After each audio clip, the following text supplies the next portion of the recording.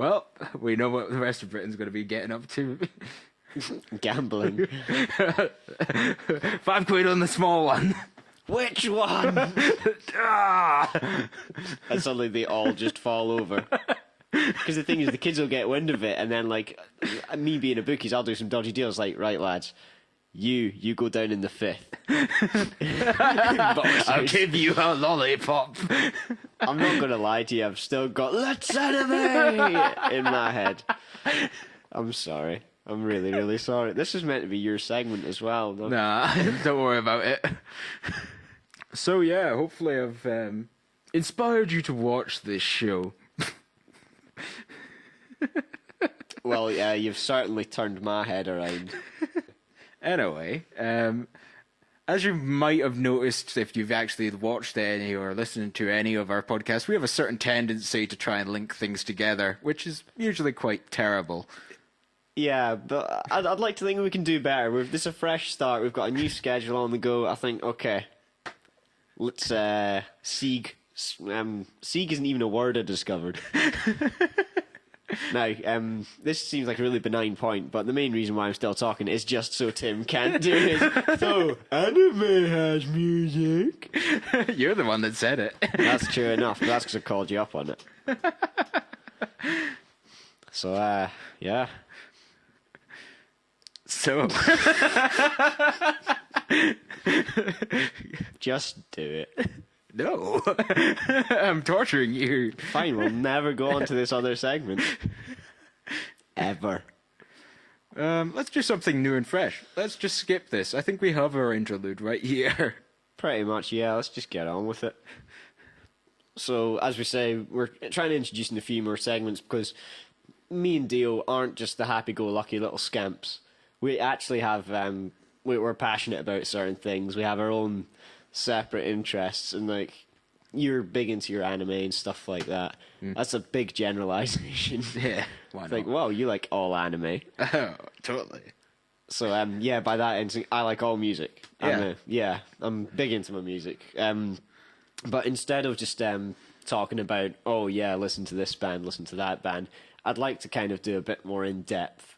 Not study, but basically I'm going to force my opinions on you. Oh, I love it when you do that. About certain subject. That's not my opinion, mate. That's right. We may have changed the format somewhat, but we're still keeping up the rape jokes. Ding. But yeah, anyway, to start it off, I was going to talk about, I posted, it was ages ago actually that I originally did it, and there's only 2 posts in it. Both are from me, and it's about bands changing their style. Naturally, people change. So you don't want a band releasing the same record over and over and over again. That's pretty much a given, yeah. Because despite what the hardcore fans will say, they'd get bored of it. And times change. And at the end of the day, bands have to make money. Yeah. Which, obviously, I don't want to bring it into it, but these are professional musicians. They need to make money somehow.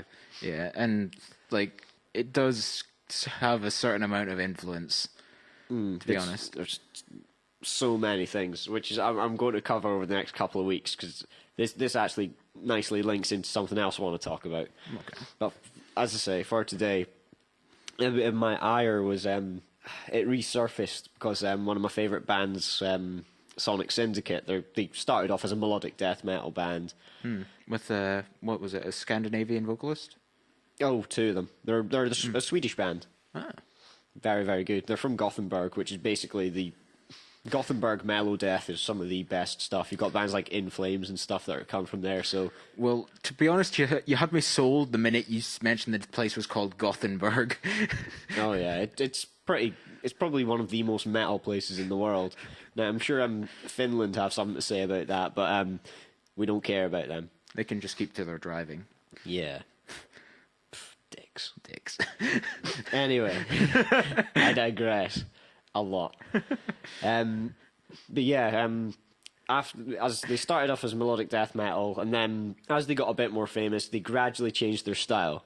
But the musicianship underneath it was still pretty similar. Like they still had like their awesome riffs. They had like some quite nice sample based stuff. If you check out, let's think, well, Jailbreak from the first album. That was went back in their melodic death metal days. Awesome song.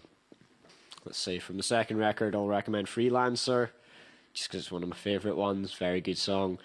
Third album, actually a bonus track called Mission Undertaker, just because Sonic Syndicate do intros awesome. Like, you got a tune called Aftermath as well, which is just one of these things that, you know how sometimes songs, they have like a build-up, and then a pause? Oh. And then, boom! It's one of those ones, and every time I hear it, I just always get well excited. I always find, listening to it on the bus, I just like find myself like almost closing my eyes and then head back. I do love that sort of thing. After the third album, one of like the actual singer as opposed to the screamer or growler. Only metal bands have a growler. Could you imagine Lounge with a growler? I can imagine a middle-aged woman with a growler, but let's not get into that. But yeah, as I say, after the third album, the singer quit the band because like he didn't like being on the road the whole time. Wanted to spend some time with his family. Fair enough. So, like, they decided to continue, which is fair enough, and they hired this like British guy actually called Nathan Briggs or something like that. And he's a decent enough vocalist, but the band have completely changed. Did notice that his, like, when I was your thread, I did listen to some of the tracks, and Nathan Briggs definitely has a lot lighter voice, I would say. He's the better singer. If you listen, because like I did that this afternoon because I didn't want to be biased. And live, the first guy, he was good, but he couldn't hit some of the highs, whereas this other guy, he's pretty consistent.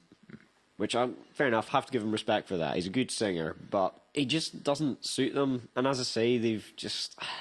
I hate to use the term sold out, because, I don't know, as I say, it's just so depressing when you followed a band for, like, years, and then suddenly something changes, and then it's just irreversible. I hate to be one of those guys that's like, oh, no, they should go back to those days, but I really think they've made a mistake here.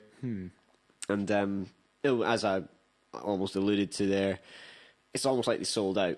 Because like one of the videos I posted, basically in the video they drive around in Monster energy drink trucks. Really? Which I might have to censor out of that because we don't want to get done for copyright. But yeah, I've watched like web diaries of them, always drinking Monster energy, and I'm thinking that is ridiculously. That's just too far. That's kind of noticeable.